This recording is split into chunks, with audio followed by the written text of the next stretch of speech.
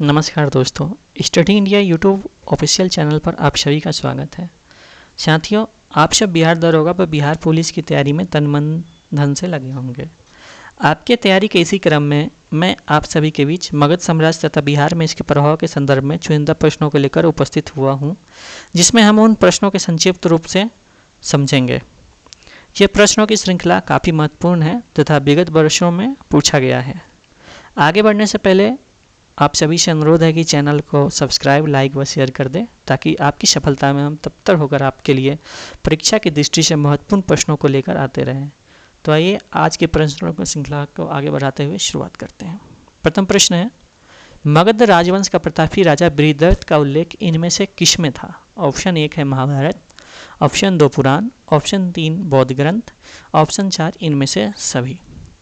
तो दोस्तों, इस प्रश्न का जो आंसर होगा ऑप्शन 4 इनमें से सभी। महाभारत तथा पुराणों के अनुसार मगध राजवंश का प्रतापी राजा बृहद्रथ था। जय संहिता यानी कि महाभारत के अनुसार बृहद्रथ का पुत्र जरासंध था। आज का प्रश्न संख्या 2, मगध सम्राट जरासंध का उल्लेख इनमें से किस में हुआ है? ऑप्शन 1 भागवत पुराण, ऑप्शन 2 महाभारत, ऑप्शन 3 बौद्ध ग्रंथ या इनमें से सभी। दोस्तों, ये प्रश्न काफ़ी महत्वपूर्ण है। इस प्रश्न का सही आंसर होगा ऑप्शन 4 सभी। भागवत पुराण, महाभारत और बौद्ध ग्रंथ तीनों में मगध सम्राट जरासंध का उल्लेख हुआ है। जरासंध मगध का प्रतापी सम्राट था। भागवत पुराण और महाभारत के सभा पर्व में भी जरासंध वध की कथा है। इसमें जरासंध को बृहद्रथ वंश का 9वां राजा कहा गया है, यानी बृहद्रथ वंश का 9वां राजा कहा गया है। उसने काशी, कौशल, चेदी, विदेह, अंग, बंग, कलिंग, पांड्य, सोवीर, मद्र, गांधार आदि राजाओं को पराजित किया था। जय संहिता के अनुसार जरासंध वध के पश्चात मगध साम्राज्य प्रभावहीन हो गया था।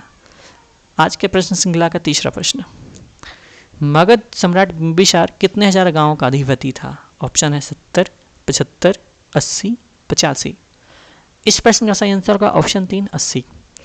बौद्ध ग्रंथों के अनुसार बिंबिसार 80 गांवों, उस समय गांवों को जनपद कहा जाता था, का अधिपति था। उसके समय मिले जुले कई गांवों को आपन कहा जाता था। प्रश्न संख्या 4, मगध सम्राट बिंबिसार कुल उपज का कितना भाग भूमि कर लेता था? ऑप्शन है 1/3, 1/4, 1/5 या 1/6। ये क्वेश्चन काफ़ी VVI है, इसको तो बिल्कुल आप लोग रट ही जाए। इस प्रश्न का सही आंसर होगा ऑप्शन 4 1/6। मगध सम्राट बिंबिसार के राज्य में कारीगरों, विद्वानों आदि को राजकोष से सहायता प्रदान किया जाता था। महापात्र, सेनापति, व्यवहारिक आदि पदाधिकारियों का उल्लेख जैन व बौद्ध ग्रंथों में हुआ है। बौद्ध चीनी तीर्थयात्री ह्वेनसांग ने बिंबिसार मार्ग, बिंबिसार पुल का उल्लेख किया है। वह कुल उपज का 1/6 भाग कृषि कर के रूप में लेता था। कई महाजनपदों के राजपूत भी राजगृह में निवास करते थे।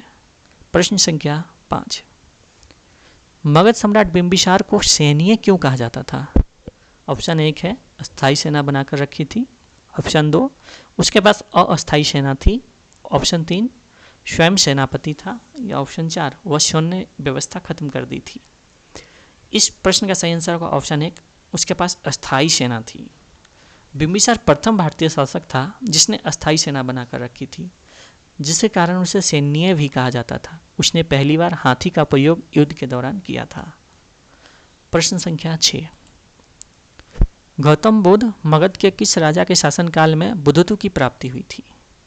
गौतम बुद्ध को किस राजा के शासनकाल में बुद्धत्व यानी ज्ञान की प्राप्ति हुई थी? ऑप्शन है बिंबिसार, अजातशत्रु, जरासंध या बृहद्रथ। इस प्रश्न का सही आंसर होगा ऑप्शन 1 बिंबिसार।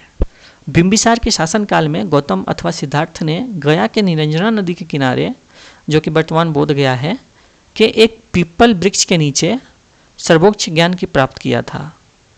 तब से उन्हें बुद्ध यानी कि सर्वोच्च स्थिति में पहुंचा हुआ व्यक्ति कहा जाने लगा। प्रश्न संख्या 7, मगध सम्राट अजातशत्रु के शासनकाल में प्रथम बौद्ध संगीति का आयोजन राजगृह में कब हुआ था? इस प्रश्न का सही आंसर है 483 ईसा पूर्व। अजातशत्रु के शासनकाल में प्रथम बौद्ध संगीति का आयोजन राजगृह में व्यवहार पहाड़ी के सप्तपर्णी गुफा में हुआ था, जिसकी अध्यक्षता महाकश्यप ने की थी। प्रथम बौद्ध संगीति में ही बुद्ध की शिक्षाओं को दो भागों सूत पिटक एवं विनय पिटक के रूप में किया गया था। यह आज भी बौद्धों के लिए मार्गदर्शक ग्रंथ बनी हुई है। प्रश्न संख्या 8, किस मगध सम्राट ने पाटलिपुत्र नगर बसाया था? इस प्रश्न का सही आंसर होगा उदयन। दोस्तों, उदयन की ख्याति विशेषकर पाटलिपुत्र नगर बसाने व निर्माण के कारण है। बिंबिसार के विरुद्ध वैशाली, नौवल्लो, काशी, कौशल, अवंती व लिच्छवियों आदि ने मिलकर एक मोर्चाबंदी की थी। उस मोर्चाबंदी से मुकाबला करने के लिए अजातशत्रु ने पाटलिपुत्र में एक दुर्ग का निर्माण कराया था।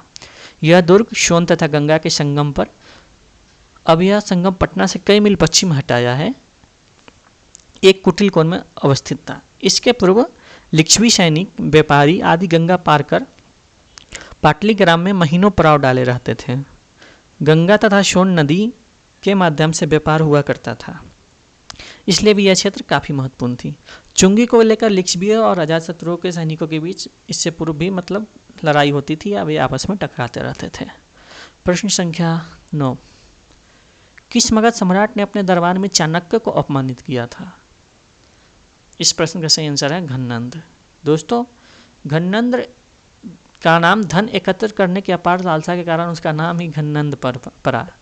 उसने 80 करोड़ की धनराशि गंगा नदी के तल में एक चट्टान की गुफा में छुपा रखी थी। इस बात का उल्लेख यूनानी लेखकों ने भी किया था।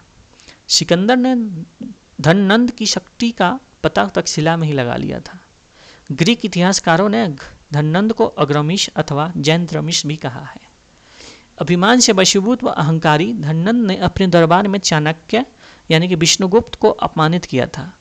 चाणक्य ने उसी समय प्रतिज्ञा की थी कि जब तक घननंद को सत्ताच्युत नहीं करूंगा तब तक अपनी चोटी खुला रखूंगा।